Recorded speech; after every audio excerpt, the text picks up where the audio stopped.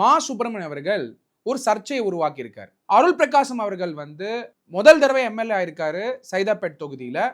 அவர் திராவிட முன்னேற்ற கழகம் ஆட்சி இருக்கும் பொழுது மா சுப்பிரமணியம் அவர்கள் சைதாப்பேட்டை தொகுதியில எம்எல்ஏவா இருக்கும் பொழுதுதான் இந்த சர்ச்சையை உருவாக்கி இருக்கு, இந்த முறைகேடே உருவாகி இருக்கு அப்படிங்கறத நம்ம புரிஞ்சுக்கணும். எலெக்ஷன் வரதுக்கு முன்னாடியே இதுல நிறைய சிக்கல்கள் உருவாயிருக்கு அப்படிங்கறத நீங்க புரிஞ்சுக்கணும். மா சுப்பிரமணியம் அவர்கள் செய்த தவறுகளை மறைக்கணும்ன்றதுக்காக தான் செய்யறாருன்றத நீங்க மறந்துடக்கூடாது.